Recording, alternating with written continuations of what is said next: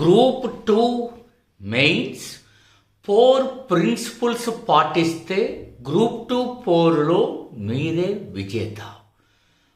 My dear youngsters and friends, mark my words.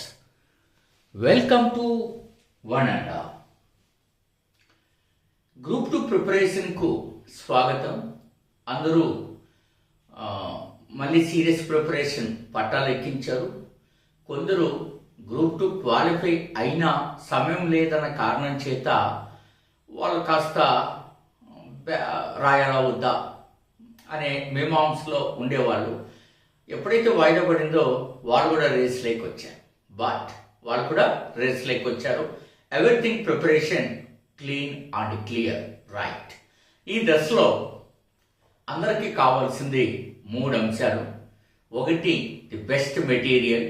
Best material అంటే అందంగా ఉండడము, ఇట్లా పుస్తకాల సైజు ఒక 1000 పేజీలు ఉండడము కాదు, బిట్టు రావడం, తేలిక అర్థం కావడం, గుర్తుండేలా రాయగలగడం. ఇది అవసరం. 2 గైడెన్స్.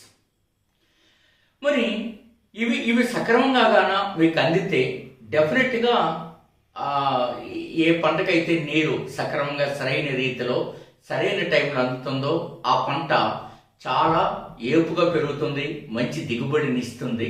అట్లాగే మీకు కూడా రైట్ టైంలో రైట్ గైడెన్స్, అంతేకాకుండా ద బెస్ట్ బుక్స్ అవైలబుల్గా ఉంటే మీరు సక్సెస్ అవుతారు. మరి 4 ప్రిన్సిపల్స్ ఏమిటి? ఈ గ్రూప్ 2 ప్రిపరేషన్లో ఈ 4 ప్రిన్సిపల్స్ పాటించమన్నాను కదా, ఆ 4 ప్రిన్సిపల్స్ ఏంటో ఇప్పుడు బోర్డులో చూడండి మిత్రులారా.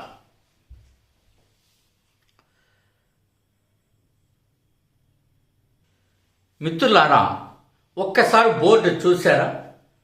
Basics 1, concepts 2, dynamic current affairs 3, recent trends 4. ఈ 4ని నేను బెస్ట్ ఎగ్జాంపుల్స్తో మీకు ఇస్తాను. డెఫినెట్గా మీ ప్రిపరేషన్ ముందంజలోకి వెళ్తాను. ఓకే, సో కాన్సెప్ట్స్లోకి వెళ్ళే ముందు మీరందరూ కూడా ఏపీ హిస్టరీ గ్రాండ్ టెస్ట్ అని రాయాలనుకుంటే, ఆసక్తి ఉంటే శ్రీ మేఘనా థింక్ ట్యాంక్ యాప్ని డౌన్లోడ్ చేసుకొని రిజిస్ట్రేషన్ ప్రక్రియ ఎన్రోల్ ప్రక్రియ ముగించిన తర్వాత ఏపీ హిస్టరీ గ్రాండ్ టెస్ట్ అని ఉంటుంది. 50 questions ancient and medieval Andhra పైన ఉంటుంది. రాయండి. 25 పుస్తకాల నుంచి సంగ్రహించిన బెస్ట్ ఇన్ఫర్మేషన్తో ఏపీపీఎస్సికి సరిగ్గా ఫిట్ అయ్యే క్వశ్చన్స్తో ఉంటాయి. Right, next continue. ఇందులో బేసిక్స్ ప్రాథమిక అంశాలు, కాన్సెప్ట్స్ భావనలు, డైనమిక్ కరెంట్ అఫైర్స్ తాజా ప్రవర్ధమాన అంశాలు, 4 రీసెంట్ ట్రెండ్స్ ఇటీవల ధోరణులు. ఇది మీకు అన్ని సబ్జెక్టుకి అప్లై అవుతాం. కొందరు అంటారు, గోపాల్ రెడ్డి ఏపీ హిస్టరీకి రీసెంట్ ట్రెండ్స్ ఏముంటాయి? నేను వివరిస్తాను. ఫస్ట్, ఏ చాప్టర్కైనా మీరు మొత్తం కోర్ సిలబస్ని మీరు అర్థం చేసుకుంటే బేసిక్స్ 1 వీక్, ఒక్కో సబ్జెక్ట్లో 1 వీక్ అయిపోతాయి. దానికి మించి ఎక్కువ సమయం మనకు అనవసరం. ఫర్ ఎగ్జాంపుల్, నేను ఏపీ హిస్టరీతో మొదలెట్టి ఎకానమీతో ముగిస్తా. మీరు బాగా జాగ్రత్తగా వినండి, ఎక్కడా స్కిప్ చేయకుండా కనీసం వీడియో అయినా మీరు వినడానికి ప్రయత్నం చేయండి మిత్రులారా. రైట్, ఫస్ట్ నేను మాట్లాడతాను బేసిక్స్ అని. ఉదాహరణకు మీరు కాకతీయులు తీసుకున్నాం. ఎందుకు నాకు కాకతీయులు వెంబడొచ్చింది? రీసెంట్గా ఇప్పుడే టైప్ చేసాం కాకతీయుల పైన టెస్ట్. సో కాకతీయులు తీసుకుంటే మీకు అందరికీ గంగయ్య సాహిని అని ఒక పేరు విని ఉంటారు. అంటే గణపతి దేవుడి కాలంలో రాయలసీమ ప్రాంతాన్ని పరిపాలించిన వాడు గంగయ్య సాహిని. ఇది బేసిక్ అన్నమాట. ఇది మనకు అర్థం చేసుకుంటాం. అంటే బేసిక్స్కి వస్తారు. కాన్సెప్ట్ పరిధిలోకి వస్తే ఏమిటి?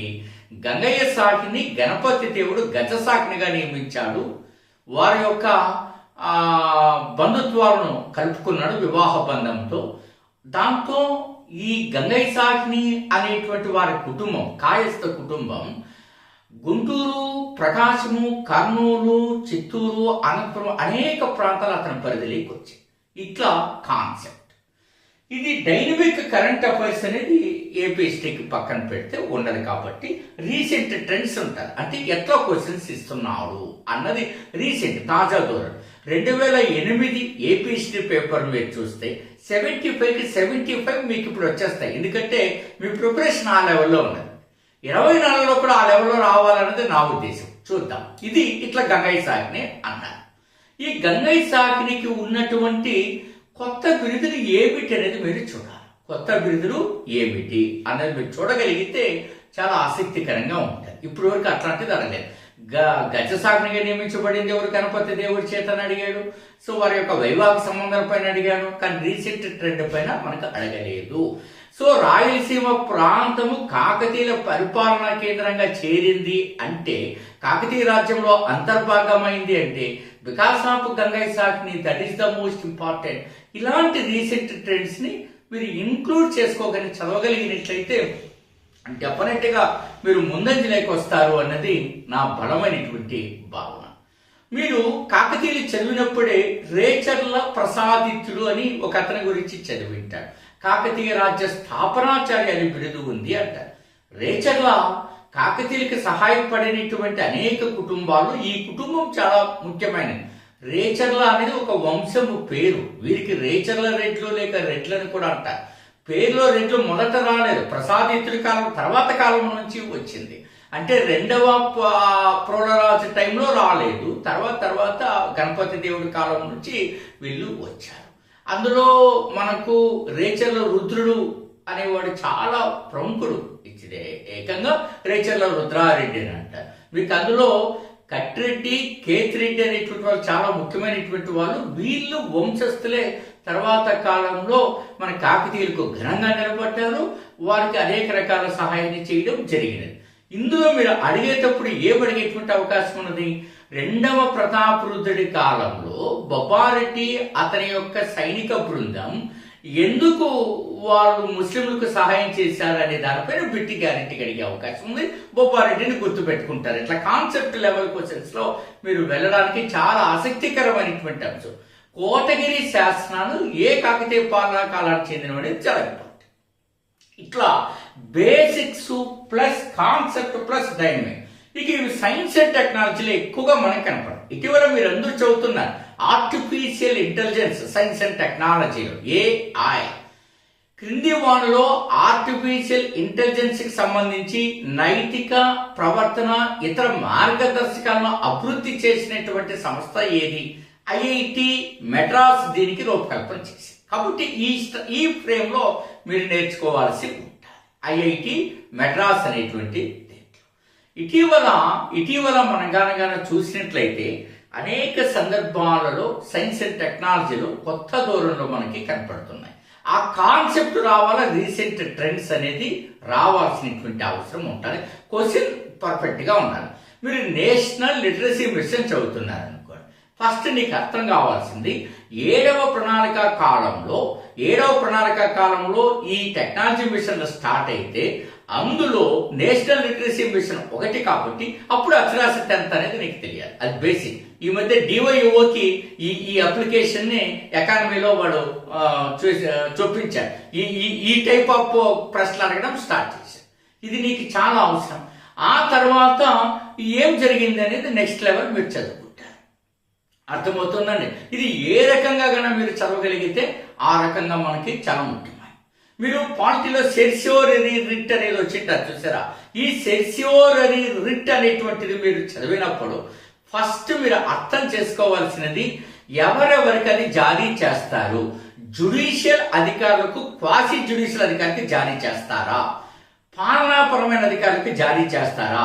శాసన సంబంధమైన వ్యక్తులకు లేక సంస్థలకు జారీ చేస్తారా?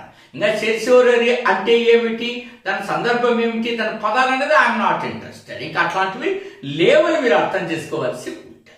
కాబట్టి ఎప్పుడైతే ఈ కాన్సెప్ట్స్ మీరు ప్రత్యేకించి ఫాలో అవుతారో డెఫినెట్ గా మిమ్మల్ని కొట్టేవాళ్ళు ఉండరు అన్నది నా ఉద్దేశం.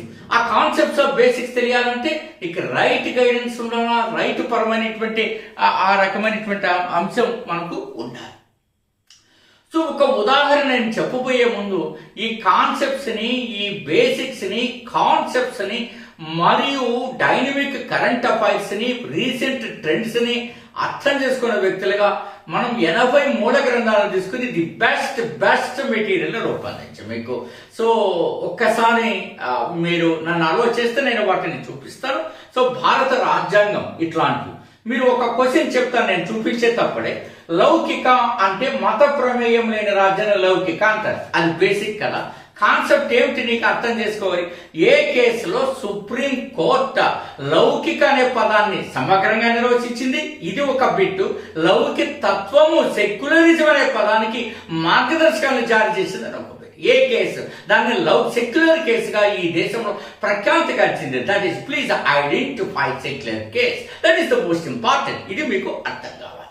ఇక 25 పుస్తకాల నుంచి వచ్చిన ఆంధ్రుల సాంఘిక చరిత్ర నేను ఇందాకే మీకు చెప్పడం జరిగింది. మీకు కాయస్థ అంబదేవుడు తెలుసు కదా. చందుపట్ల యుద్ధంలో నల్గొండ జిల్లా ప్రాంతంలో జరిగిన ఈ యుద్ధంలో ఘోర పరాజయం పొందిన ఈ యొక్క అంబదేవుడు బ్యాక్ డోర్ ద్వారా అంటే వెనుకటి పద్ధతుల్లోకి వచ్చి రుద్రమదేవిని చాలా మోసగించి చంపిన విధానం. ఈ చందుపట్ల ఇది చదివినప్పుడు కాయస్థ అంబదేవుడికి ఉన్న బిరుదు మీరు ఇప్పటి వరకు విని ఉండేటువంటి అవకాశము లేదనేది నేను చెప్తాను. అది ఆ పేరు చెప్తున్నా వినండి బాగా. Rama Sahasramalludu, Rama Sahasramalludu. That is the most important. ఇట్లా అనేకమైనటువంటి అంశాలను మీకు మనం చూపించడానికి ప్రయత్నం చేస్తున్నాం. ఇక 14 పుస్తకాల నుంచి వచ్చినటువంటి సైన్స్ అండ్ టెక్నాలజీ మీరు ఎన్నో గ్రంథాలను పరిశీలించండి. నేను ఖచ్చితంగా చెప్పగలను.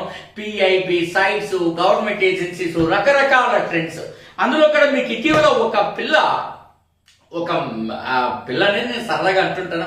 ఒక విమెన్ సైంటిస్ట్ ప్రపంచంలో చాలా పేరుగాంచిన ఆమెకి ఏషియన్ లీడర్షిప్ అవార్డు కూడా వచ్చింది. ఆమె రాసిన 3 పుస్తకాలు చాలా ఇంపార్టెంట్ సైన్స్ అండ్ టెక్నాలజీలో.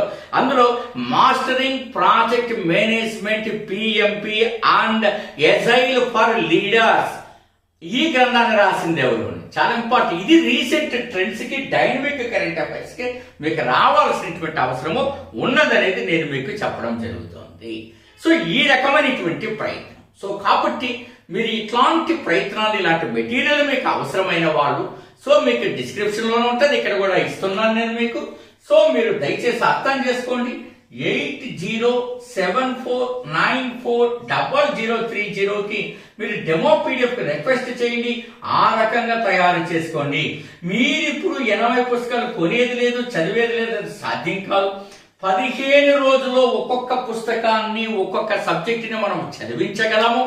టెస్ట్ రూపంలో మనకు ఏపీపీఎస్సీ అట్లాంటి బెస్ట్ క్వశ్చన్స్ మీకు అందించగలం. మీరు ఎక్కడైనా పరిశీలించుకోండి, అన్ని ఆప్షన్లు సిమిలర్ క్వశ్చన్స్ ఉంటాయి ఎక్సెప్ట్ శ్రీ మేఘనా థింక్ టైం. మీరు ఆ ఏపీఎస్సీ గ్రాండ్ టెస్ట్ రాయండి, యాప్ డౌన్లోడ్ చేసి మీకు అర్థమవుతుంది మై డియర్.